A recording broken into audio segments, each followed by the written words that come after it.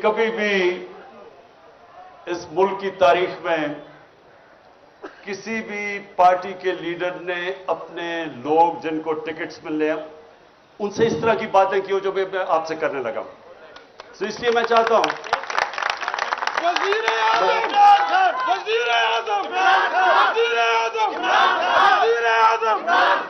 और इसलिए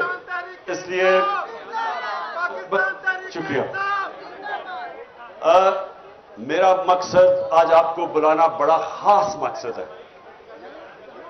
जरा मेहरबानी करके तब खामोशी से सुनना आपने मेरी बात, खामोशी से, आराम से, तहम्मुल से, खामोशी से, क्योंकि हमारा मुल्क अपनी तारीख के उस मरहले पे खड़ा है कि ये दोनों तरफ जा सकता है। ये वो जो पाकिस्तान की ख्वाब है,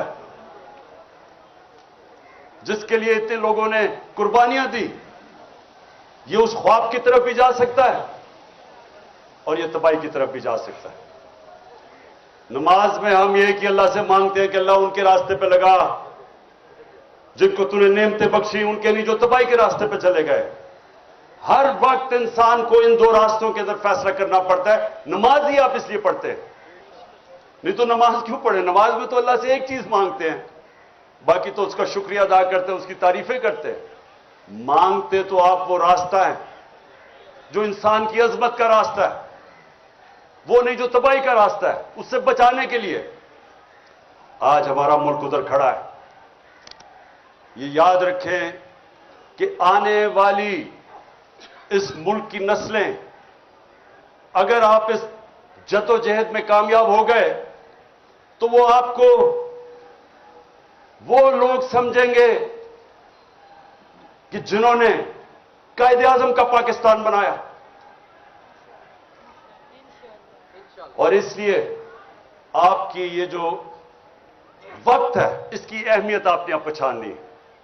मैंने इसलिए आपको आज यहां बुलाया कि अमूमन तो पार्टीज, हम सबके सामने क्या होता है, हमारी कोशिश होती है कि मैं इलेक्शन जीत जाऊं, उसके बाद इलेक्शन जीत के मैं अपना डिप्टी कमिश्नर, अपना थानेदार रखवा लूं, पटवारी। उसके बाद कोशिश होती है शायद वजीर बन जाऊं। वजीर बन के सोचता हूं मेरे लिए क्या बेहतरी है, मैं अपने आप को बेहतर कैसे कर सकता हूं, अपने हल्के का सोचूं, डेवलपमेंट फंड लगाऊं ताकि मैं अगला इलेक्शन जीत जाऊं। पाकिस्तान की तो यह सियासत रही है। मेरे 26 साल में मैं हमेशा देखता रहा कि हमारी क्यों नहीं लोगों को समझ आती कि हम क्यों पीछे रह गए, दुनिया आगे चली गई है। मैंने 26 साल में क्या देखा कि हिंदुस्तान हमारी आंखों के सामने आगे निकला। 80 की दहाई तक, अब मैं जब हिंदुस्तान मैच खेल के आता था पाकिस्तान, तो लगता था एक गरीब तरीन मुल्क से मैं अमीर मुल्क में आ गया हूं। 90 की दिहाई में अपनी आंखों के सामने उनको आगे निकलते देखा। लेकिन जो सबसे तकलीफदेह चीज हमारे लिए होनी चाहिए कि बांग्लादेश, जब वो बांग्लादेश बना था, मुझे अभी भी याद है, कहते थे जी देखे शुक्र है अलहदा हुआ, हमारे ऊपर बोझ था। आज बांग्लादेश आगे निकल गया। और जिधर इन्होंने पहुंचा दिया पाकिस्तान, ये वक्त है आप सबके ऊपर अल्लाह ने बड़ी जिम्मेदारी लगाई कि इस वक्त पे अगर हम सही माने में जद्दोजहद कर गए तो यह हम अब मुल्क को निकाल देंगे। क्योंकि अल्लाह का सबसे बड़ा करम मुल्क पे हो गया है कि इन पाकिस्तानियों में शऊर पैदा हो गया है, जाग गई है कौम।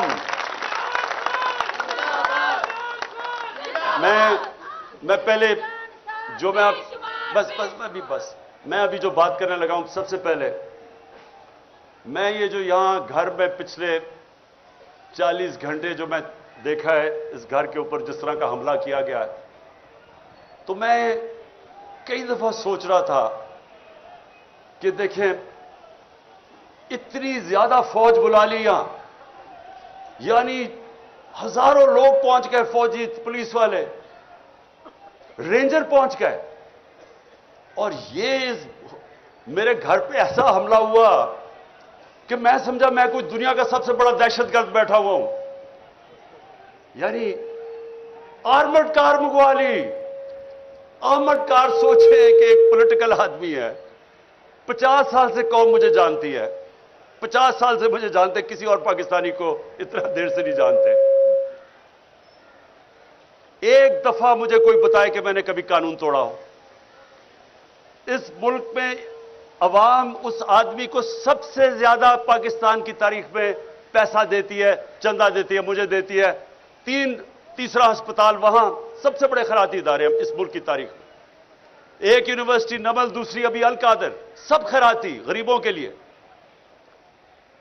और जो सबसे बड़ी पॉलिटिकल पार्टी का हेड हो, उसको फौज पकड़ने आ जाती है लोगों की, ये पुलिस की और रेंजर्स की। जुर्म क्या आता था कि पहले सब समझ जाएं कि प्रोपेगेंडा हो रहा है और असल क्या है। जुर्म यह था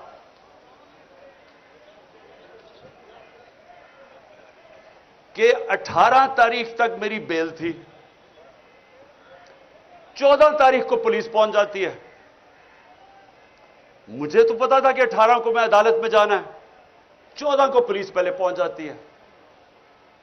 लाहौर हाई कोर्ट में जज उनसे, पुलिस से पूछता है कि जब 18 की आपने पेश करना अदालत में, और क्यों आई थी अदालत में पेश करने के लिए, तो 3 दिन आपने उससे क्या करना था, ये जज पूछता है उससे। मुझे पता है क्या करना था। इन्होंने वो करना था जो आजम स्वाति से किया और जो शहबाज गिल से किया।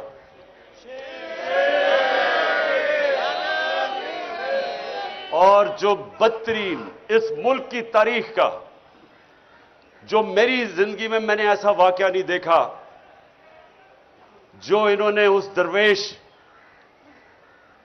उस मलंग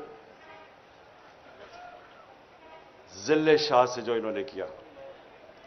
यानी मैं तो सोचता हूं इन लोगों को खौफ खुदा नहीं है कि एक ऐसा आदमी जो जिसने कभी जिंदगी में स्वाय प्यार के उसकी जिंदगी में था ही कुछ नहीं, उसके ऊपर जो तशद्दुद किया गया।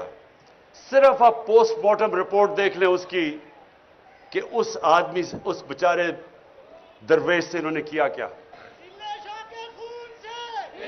बस बस बस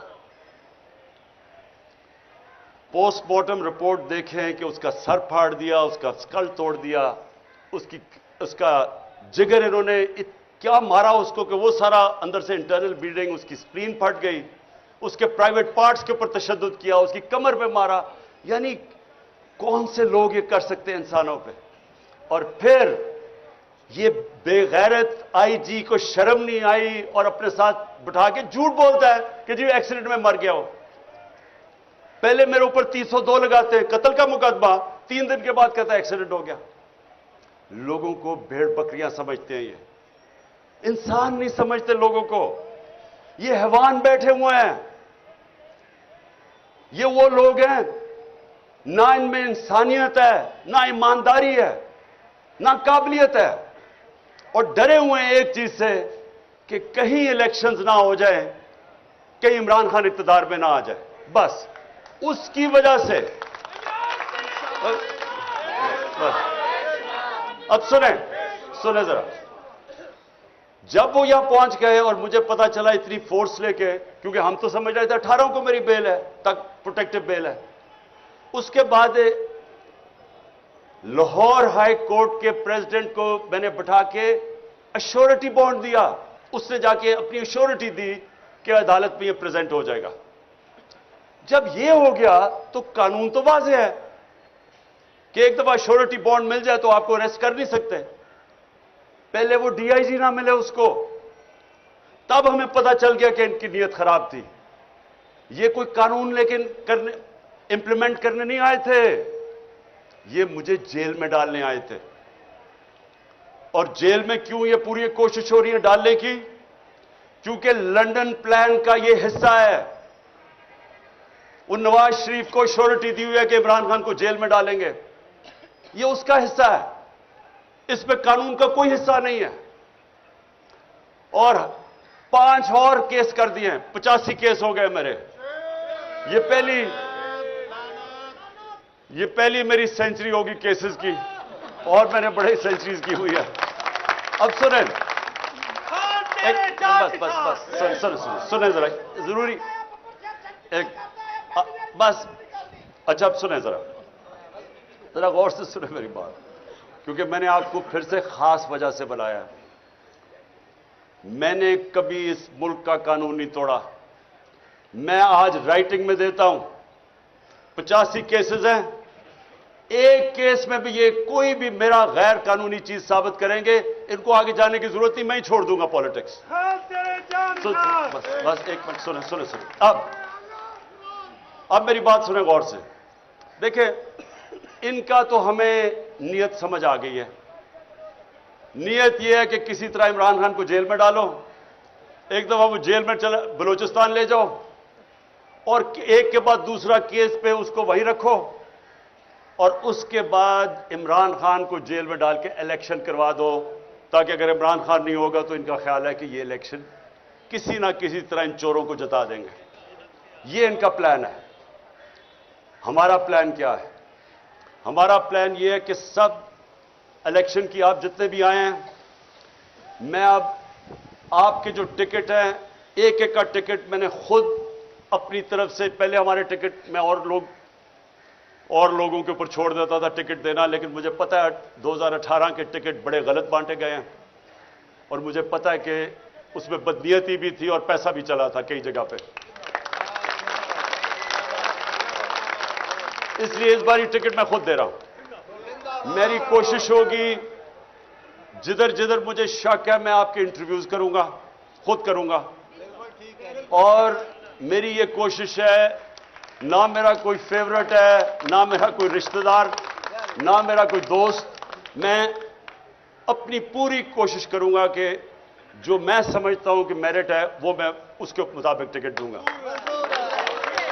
मेरा 10 साल में क्रिकेट कैप्टन रहा, गलतियां हुई होंगी, लेकिन आज तक 10 साल में कोई नहीं कह सका कि इसने मेरिट के अलावा टीम सिलेक्शन की है। मैं आपकी पूरी कोशिश करूंगा कि मेरिट पे करूंगा, लेकिन मैंने आपको आज एक खास बात के लिए बुलाया। देखें, हम सारी चीजें करते हैं, पॉलिटिक्स में भी आते हैं, वजीर बनना चाहते हैं, वजीर आजम बनना चाहते हैं, अच्छी चीज है, लेकिन हम चाहते क्या आखिर में? हम 3 चीजों के लिए सब कुछ करते हैं। या हम पैसा बनाना चाहते हैं, हम अपनी जिंदगी बेहतर करना चाहते हैं, अपना रिस्क में इजाफा करना चाहते हैं, यह सबसे बड़ी वजह है।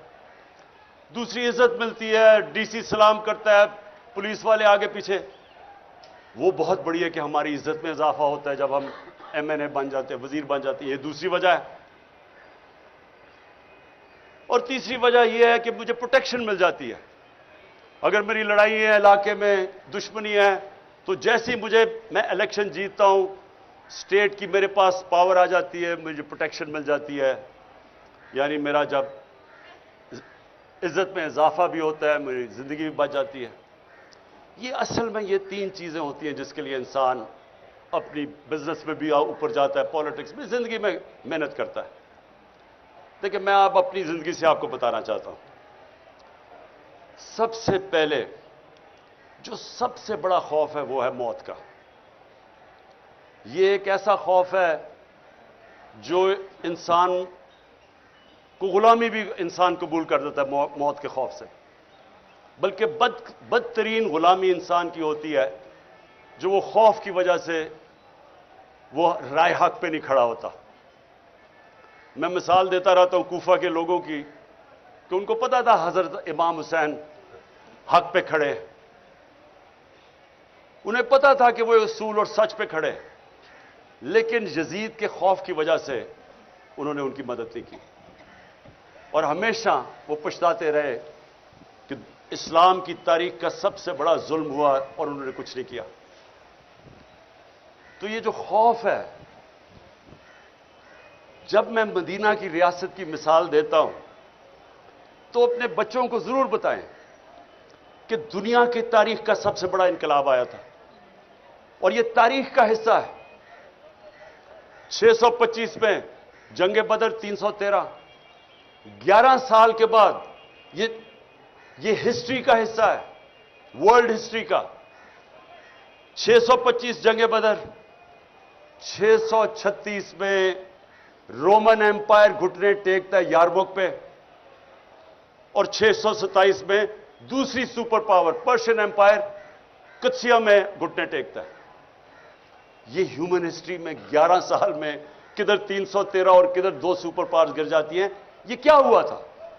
सबसे बड़ी चीज, इंसानों के खौफ खत्म कर दिए थे। दुनिया के सबसे अजीम लीडर नबी सल्लल्लाहु अलैहि वसल्लम ने जब कहा था कि अल्लाह के हाथ में है, कुरान की कई आयतें, जब उम्मत घबराई हुई थी, जंग खंदक पे बहुत बड़ी फोर्स आ गई उनके खिलाफ, कन्फेडरेशन थी, तो कुरान की आयत आई कि कितना उनके ऊपर प्रेशर था कि अब कैसे हम बचेंगे। उधर आयत आई कि क्या अगर तुम भाग जाओगे तो क्या तुम जिंदा रह जाओगे? क्या अगर अल्लाह ना चाहे तुम जिंदा रह सकते हो, और अगर वो ना चाहे तो तुम्हारी कोई जान ले सकता है। खौफ दूर कर दिए। वो दुनिया की इमामत की उन्होंने, जो सारी दुनिया में फैल गए। जो मैंने यहां बाहर देखा, आप यकीन करें कि मैं तैयार था अपना बैग पकड़ के, मैंने कहा मैं लोगों को मैं जख्मी नहीं देख सकता, कि वो उधर से फौज आ रही है जिस तरह कोई कश्मीर फतह करने आ रही है, रेंजर्स आ रहे हैं, इधर से पुलिस, और यहां चंद इतनी टेयर गैसिंग की कि हम अंदर नहीं, अंदर कमरे के अंदर हमारे लिए मुश्किल था। इस तरह का इन्होंने अटैक किया। और वो चंद, मैं आज उनको सलाम करता हूं, जिस तरह वो खड़े हुए हैं लड़के। बस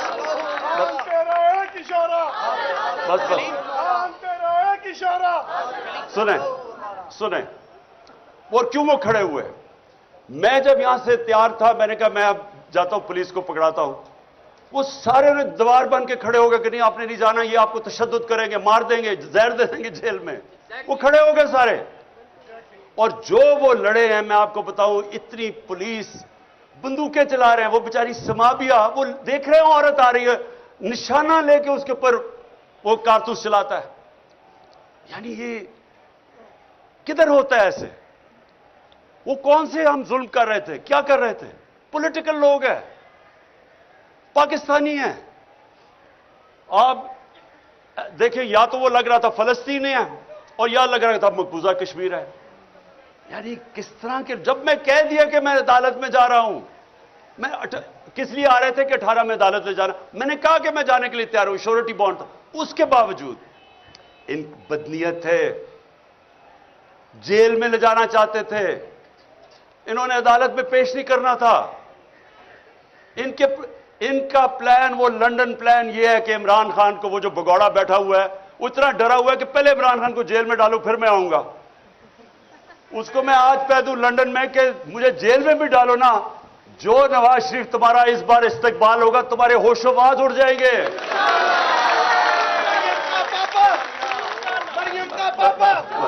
अच्छा, अब जो वो नौजवानों ने जेल में नहीं डालना, उनका प्लान है रस्ते से हटाना। जी, तो जो वो नौजवानों ने जिस तरह खड़े हुए, और मैं कोई सोया नहीं, सुबह के 12 बजे 1 बजे, ख्वातीन भी 12-1 बजे तक सारी रात जागे रहे। थोड़े से लोग थे कई दफा, क्योंकि उन्हें इतनी टेयर गैसें कि लोग बेचारे बर्दाश्त नहीं कर सकते थे। उसके बावजूद जिस तरह, जिस जज्बे और जुनून से खड़े हुए हैं, मैं आज उनको सिर्फ इसलिए सलाम करता हूं कि ये जो याद रखें, कोई चीज जज्बे और जुनून और ईमान का मुकाबला नहीं कर सकता। चाहे आप सबसे 5000 पुलिस जमा करके ले आए और रेंजर्स कर लें, और रेंजर्स का क्या काम है कि पॉलिटिकल लोगों के ऊपर वो पहुंच जाए, वो हमें इस तरह करे जिस तरह कि हम कोई दुश्मन है। ये कौम अपनी फौज से क्यों प्यार करती थी? इसलिए करती है कि वो समझते हैं कि ये हमें दफा करेंगे। तो क्या हम कोई दुश्मन है मुल्क के? ये जो चोर ऊपर बैठा दिए हैं, जिनके अरबों डॉलर बाहर पड़े हुए हैं, चोरी करके पैसा बाहर, इनकी ईदें बाहर, इनके इलाज बाहर, इनकी शॉपिंग बाहर, इनके टब्बर सारा बाहर, उनके लिए खड़े होकर और हमारे जैसे लोगों के ऊपर इस तरह का बर्ताव करते हैं। ये तो अपने मुल्क में नफरतें फैला रहे हैं, अपनी सबसे बड़ी पार्टी को अपने इदारे के खिलाफ खड़ा कर रहे हैं। ये तो कोई दुश्मन दुआ करेगा कि पाकिस्तान में ये हो जाए। यही इस पाकिस्तान में हुआ था। क्या हुआ था कि सबसे बड़ी जमात के खिलाफ हमने फौज खड़ी कर दी? तो क्या सबक नहीं मिला कि मुल्क टूट गया था? और अगर आज सबसे बड़ी पार्टी जो वाहिद फेडरल पार्टी रह गई है, एक फेडरल पार्टी है जो मुल्क को इकट्ठा रख सकती है, अगर पहले उसके लीडर को कत्ल करने की कोशिश की, उसके बाद यह ड्रामा हो रहा है सारे मुल्क के सामने कि जैसे हम कोई दहशतगर्द है, और ये ऊपर वाले चुन चुन के वो पुलिस वाले लेके आए हैं जो जुराइम पेशा है। इनके ऊपर हमने इलेक्शन कमीशन को कहा था कि 25 मई को इन्होंने हमारे ऊपर तशद्दुद किया, इनको ना लेके आए, उन्हीं को ला के ऊपर बैठा दिया। और फिर ये सोच रहे थे कि ये जब खौफ देखेंगे, पुलिस देखेंगे, तशद्दुद देखेंगे, भाग जाएंगे। ये अब भागने वाली कौम नहीं रह गई। ये वो कौम है जिसमें शऊर आ गया है। ये वो कौम है जो पिछले 11 महीने में मैंने अपनी जिंदगी में नहीं सोचा था कि एक दिन मेरी कौम भी इस तरह जाग जाएगी। जागी हुई कौम है। और बस और जो सबसे बड़ी मुझे खुशी है कि ला इलाहा इल्लल्लाह का अंदर दिलों में जा रहा है। इसका मतलब आजाद कर रहे इंसानों को। ये मेरी आज बात सुन ले, अगर ला इलाहा इल्लल्लाह आपको आजाद नहीं करता, इसका मतलब अभी आपके दिल में नहीं गई, जुबान पे ही रह गई है। या करावत वो या नस्ताइन आजाद करता है इंसान को। मैं 26 साल से अपना नस्बुल ऐन बनाया कि अल्लाह सिर्फ मैं तेरी इबादत करता हूं और तेरे से मदद मांगता हूं, किसी के साथ और सामने नहीं झुकता। ये वो कौम है। मैं आपको बताऊं कि गवर्नमेंट आती जाती है, इलेक्शन जीते हार होती है, लेकिन जब अवाम एक कौम बन जाती है उसको कोई शिकस्त नहीं दे सकता। जर्मनी और जापान तबाह हो गई थी दूसरी जंग अजीम के बाद, 10-10 सालों में फिर खड़े हो गए और अजीम कौमें बन गई, क्योंकि कौम है। हम अभी तक कौम ही नहीं बने थे। ये तो मैं हाजी साहब का खास शुक्रगुजार हूं कि उसने हमारी गवर्नमेंट, मुझे तो शुक्र अदा करना चाहिए जो कि उसने कौम को जगा दिया। गवर्नमेंट से जाए, कौम तो बना दिया उसने हमें। इसलिए सुने, सबसे पहले मौत का खौफ, फिर इज्जत। अब ये सुने, मैं जब से पॉलिटिक्स में हूं 26 साल, जितनी मेरी किरदार कुशी की गई है इस मुल्क में, मैं गारंटी करता हूं कि कभी किसी की नहीं की गई। मुझे तो खैर इन्होंने क्या क्या नहीं किया, किताब छुपा दी पिछली इलेक्शन से पहले किसी से पैसे देके, हर का इन्होंने जो मेरे ऊपर उछाला है गंद। मुझे सिर्फ तकलीफ यह है कि बुशरा बेगम को जो इन्होंने एक प्लान तरीके से उनके खिलाफ कैंपेन चलाई है, एक वो खातून, मैं अपनी जिंदगी में अगर किसी इंसान को समझाऊं कि वो मेरे से बहुत आगे है ईमान में, वो बुशरा बेगम है। अब उसकी जो किरदार कुशी की गई, जो खातून ना कभी डिनर पे जाती है, ना किसी शादी पे गई है 5 सालों में, ना कोई बार लंदन गई है, ना कोई शॉपिंग का शौक है, ना कोई बैंक अकाउंट है, उसके ऊपर जो उन्होंने किया प्लान करके। लेकिन मैं ये आपको बताना चाहता हूं कि देखें, मैं आपके सामने वो इंसान खड़ा हूं जो साबित करता है कि इंसानों के हाथ में इज्जत नहीं है। अगर इंसानों के हाथ में होता तो जितना इनका पैसा है, सारी तो तकरीबन टीवी चैनल्स खरीद चुके हैं। ये हर रोज वो हमारे अगेंस्ट प्रोपेगेंडा करते, क्या फर्क पड़ा? वो चैनल्स कोई लोग नहीं देखते। सुने जरा मेरी बात, हमें ये खौफ निकल जाना चाहिए कि मैं अगर वजीर बनूंगा या एमएलए बनूंगा या एमपीए तो मुझे इज्जत ज्यादा मिल जाएगी। बल्कि जितना जितना आपको अल्लाह नवाजता जाता है, आपकी जिम्मेदारी ज्यादा हो जाती है, जिल्लत ज्यादा मिलती है अगर आप जो लोगों से वादा करें वो पूरा नहीं करते। जितनी जिम्मेदारी जितना ऊपर लेके जाता है, उतनी आपको ज्यादा जिम्मेदारी डाल देता है अल्लाह आपके ऊपर। सो इसलिए ये भी गलतफहमी नहीं, तो ये सारे जो चोर बैठे हुए हैं, इनको तो सारे मुल्क में सबसे ज्यादा इज्जत मिलनी चाहिए, जो 30-30 साल इख्तिदार में बैठे रहे हैं। लोग गालियां निकालते हैं, आज क्यों इलेक्शन से भाग रहे हैं? इन्हें पता है कि जब लोगों के अंदर निकलेंगे लोग अंडे मारेंगे इनको, क्योंकि जिल्लत और इज्जत ना पैसे से किसी को जलील करा सकते हैं, ना कोई पोजीशन आपको इज्जत दे सकती है। और जो आखिरी चीज है रिस्क, देखिए मैं फिर आपके सामने वो खड़ा हूं। वर्ल्ड कप जब खत्म हुआ तो मैंने हॉस्पिटल बनाना था, मैंने वादा किया हुआ था। तो मैंने कभी वर्ल्ड कप जीतते, हालांकि जो क्रिकेट में अल्लाह ने मुझे पोजीशन दी थी, जो मेरा जो मुकाम बन चुका था, मुझे तो कुछ करने की जरूरत ही नहीं थी। थोड़ी देर साल के अंदर कोई क्रिकेट के ऊपर बातचीत करके मेरे पास कोई किसी चीज की जरूरत नहीं थी। कोई मैंने काम नहीं किया, सिर्फ पहले मैं अस्पताल बनाने पर लग गया, उसके बाद 96 के अंदर पॉलिटिकल पार्टी लगी, सारा वक्त उसमें और अस्पताल में निकल गया। लेकिन आज तक मैं आपको बता रहा हूं, कई मुझे मुश्किल टाइम आए, पैसे खत्म हो गए, कभी मुझे अपनी जरूरियात के लिए जो पैसे चाहिए थे उसमें कभी नहीं आए। क्योंकि रिस्क तो अल्लाह देता है, उसको तो पता है कि मैं क्या कर रहा था। जब मेरा पैसा खत्म होने लगता था, कोई सीरीज आती थी, वो कहते थे जी इमरान खान ये क्रिकेट के ऊपर आप तबसरे कर दें, वो तबसरे करने में साल का ही खर्चा निकल जाता था 5 दिनों में। या फिर कोई प्रॉब्लम, मेरा घर बना रहा था, फिर पैसे खत्म हो गए। फिर एकदम आया जी वो हिंदुस्तान से मैच है, उन्होंने कहा जी इतने हफ्ते के लिए आए। मैंने कहा मैं नहीं जा सकता, मेरे बच्चे आ रहे हैं। उन्होंने कहा अच्छा 5 दिन दे दें।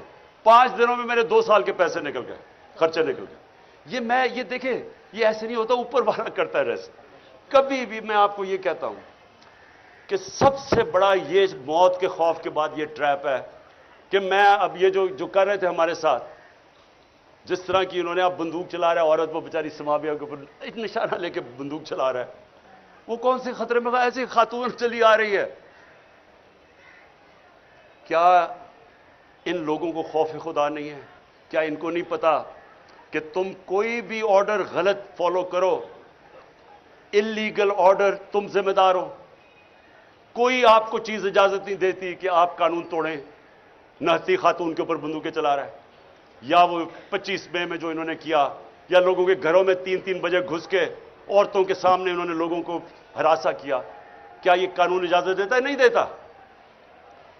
और इसलिए इन्होंने क्या किया, इन्होंने सिर्फ अपनी नौकरियों के लिए वो ऑर्डर फॉलो किए जो इलीगल थे। एक जिंदा कौम में कभी ये ऑर्डर फॉलो ना किए जाते।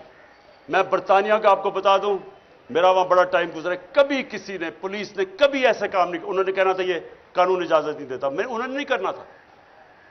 ये जो गलत काम करवाते हैं, ऊपर से गंदे किस्म के जराइम पेशा लोगों को आईजी और सीसीपीओ के ऊपर बैठा के, ये किसी भी मुल्क जिधर हकीकी आजादी हो, जिधर कानून आपके बुनियादी हकूक, फंडामेंटल राइट्स को हिफाजत करे, कभी नहीं होता। और यह होता है जब आप अपनी जमीर को कॉम्प्रोमाइज करते हैं रिस्क के लिए। हमेशा मुझे मौके मिले, एक दफा उन्होंने मुझे कहा कि जी आप साउथ अफ्रीका आ जाए क्रिकेट खेलने के लिए, हम बड़े पैसे देंगे तुम्हें। बहुत पैसे देते थे तब मैं जब मैं क्रिकेट खेल रहा था, क्योंकि साउथ अफ्रीका बैन था, उसके ऊपर बैन लगा हुआ था। तो वो जो प्लेयर वहां जाता था, बड़े प्लेयर्स अट्रैक्ट करते थे, बड़े पैसे ऑफर करते थे। हमेशा ये आपके रास्ते में 2 रास्ते आएंगे जब आपके जमीर का सौदे के लिए आपको कोई पैसे ऑफर हो। मुझे जो मैं पहला टेस्ट लाहौर में कैप्टन कर रहा था, मुझे हिंदुस्तान से आया जी तुम एक टॉस हमें बता दो, यानी कि उनके साथ मिलके टॉस का फैसला बता दो, हम तुम्हें इतने पैसे दे देंगे। बड़े पैसे थे उन दिनों में। तो ये आपके लिए हमेशा आपका अल्लाह जमीर टेस्ट करेगा। और इंशाअल्लाह आप में से जो पावर में आएंगे, जिनको मौका मिले एमपीज, वजीर बनेंगे, मेरी एक आज बात याद रख लेना, इज्जत आपके हाथ में होगी। जो दयानतदारी से अवाम की खिदमत करेगा, जो आप वादा करके एमपीए बनता है, कोई वादा करके एमपीए में नहीं बनता कि जी मैं फिक्र ना करें मैं जाके बड़ा लूटूंगा पैसा या करप्शन में पैसा बनाऊंगा। वो सारे कहते हैं मैं अवाम की खिदमत करूंगा।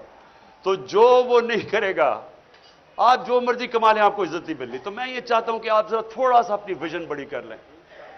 आपकी विजन होनी चाहिए, जब अल्लाह आपको मौका देगा कि हमें अल्लाह ने पाकिस्तान के उस वक्त हमें लेके आया यहां कि हमने आज अपनी जात का नहीं सोचना, मुल्क का सोचना, अपनी मैं से बाहर निकलाना है। बड़ा इंसान कभी भी आज तक वो नहीं बना जिससे जिंदगी खुदगर्जी और अपनी जात के लिए गुजारी है। दुनिया की तारीख किसी अमीर आदमी को याद नहीं करती। कितने हिंदू यहां अरबोपति हिंदू थे, लेकिन लोग गंगाराम को याद करते हैं। जो इंसानियत का, आज आप चले जाएं, ऊपर से लेकर नीचे तक चले जाएं, उर्स के ऊपर अल्लाह के सूफी जिन्होंने इंसानियत की खिदमत की थी, आज भी चले जाएं, लाखों लोग आए हुए होते हैं। 1000 साल से पहले वो दुनिया से पर्दा कर चुके होते हैं। क्यों? क्योंकि इज्जत अल्लाह इसलिए देता है, इन्होंने इंसानियत की खिदमत की। जब आप सियासत इंसानियत की खिदमत करने पे चलते हैं, राय हक की पॉलिटिक्स करते हैं, तो ये इबादत में शामिल हो जाती है। सारे बड़े बड़े जो भी अल्लाह का पैगंबर आया, वो सारे सियासतदान थे, सब लीडर्स थे। तो क्योंकि लेकिन वो इंसानियत के लिए आते थे, अल्लाह उनको सारी दुनिया की तारीख जब तक रहेगी इज्जत देता है। जब मेरे नबी सल्लल्लाहु अलैहि वसल्लम ने आखिरी खुतबा अराफात पे जब उन्होंने ख़त्म किया, तो उन्होंने 1 लाख लोग थे, उनसे पूछा कि अल्लाह के सामने गवाही दो कि मैंने अपने दयानतदारी से अल्लाह का पैगाम दिया तुम्हें। तो वो पहले रोज से फिर वो रिपीट करते थे, फिर 10 रोज के बाद जाता था, फिर ऐसे। तो जैसे जैसे वो पैगाम जाता रहा, तो एक पूरी सारे लाखों का मजमा में आवाज उठी कि हां नबी, आपने दयानतदारी से अल्लाह का पैगाम दिया। और फिर वो लोगों ने रोना शुरू कर दिया। क्यों रोना शुरू किया? क्योंकि लोगों को पता था कि अब इन्होंने अपनी मिशन पूरी कर ली है, ये इक़्तिदार के लिए नहीं आए थे, अब ये हमारे साथ ज्यादा देर रहेंगे नहीं। यही आपकी मिशन है। देखें, आपने अगर इज्जत कमानी है तो जो आप पॉलिटिक्स करें अपनी जात से बाहर निकलाएं।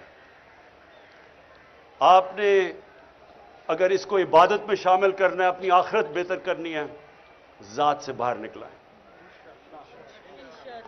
नेल्सन मंडेला 27 साल उसने जेल में गुजारे, 27 साल।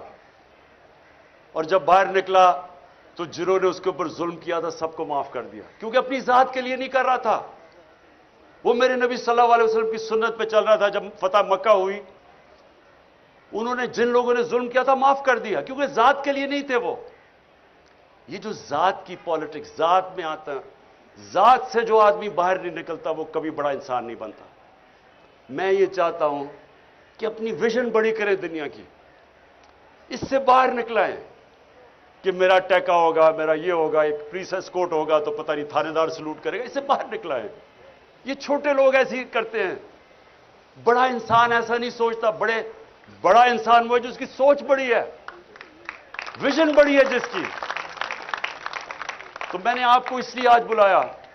मैं आपका जो किबला है ना, वो मैं चाहता था दुरुस्त हो, क्योंकि मैंने 26 साल में, मुझे बड़े अफसोस से कहना पड़ता है कि मुझे जिस तरह की तकलीफ हुई, जिस तरह के पॉलिटिशियंस मैंने देखे, असेंबली में ज्यादातर लोग देखे, अपनी पार्टी में लोग देखे, मुझे सबसे बड़ी अफसोस की बात यह है कितने लोग देखे जो अपनी जात से बाहर नहीं निकले। हमारी मीटिंग होती थी, अब ये बजट के ऊपर वोट कर रही है, लोगों को इकट्ठा कर रहा है, हमारी कोalition गवर्नमेंट थी। सबसे जी अच्छा जी मेरा ये स्कीम कर दो, जी मेरा हल्का ये कर दो। वो कोई फिक्र नहीं है कि मुल्क के ऊपर क्राइसिस है, मेरे हल्के में ये कर दो तो वो कर दो। और मैं सोचता था कि तुम्हें पता भी है कि हम किस हिसाब से उनमें कोरोना का क्राइसिस आया हुआ था सारी दुनिया में। वो कोई फिक्र नहीं है दुनिया में, मेरे हल्के में बस ये कर दो। और मैं उनको समझाता था कि आपकी विजन पाकिस्तान की होनी चाहिए। पाकिस्तान चलेगा तो आपका हल्का ठीक होगा, मेरा हल्का ठीक हो जाए, पाकिस्तान जाए बाढ़ में। तो मैं आप सारों को अपने 26 साल के तजर्बे से यह बताना चाहता हूं कि खुदा के वास्ते बड़े इंसान बने, बड़ी सोच लेके आए। जब टिकट, जो मैं आपको गारंटी करता हूं, मैं अपनी दयानतदारी से टिकट दूंगा, मैं आपको पूरी कोशिश करूंगा। मैं सिर्फ आपसे एक चाहता हूं कि जिनको टिकट्स ना मिले, खुदा का वास्ता है खड़े ना हो जाएं। इस वक्त नाजुक मोड़ में पाकिस्तान की तारीख में अपनी पार्टी को ना हरा दें, नुकसान मुल्क का ना कर दें। यह मैं आपको गारंटी देता हूं कि पार्टी आप में से किसी को नहीं भूलेगी।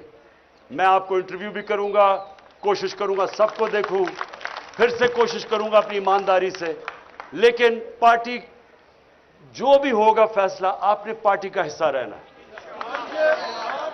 और समझना है कि आप ये जिहाद लड़ रहे हैं। ये समझना है आपने कि ये अपनी जात के लिए नहीं आप कर रहे हैं। इस वक्त जिधर पाकिस्तान खड़ा है, अगर हम इस वक्त सही माने में जद्दोजहद कर गए, हम इस मुल्क की तकदीर बदल देंगे और अपने बच्चों की, अपने आने वाली नस्लों के लिए हम बेहतर पाकिस्तान बना देंगे।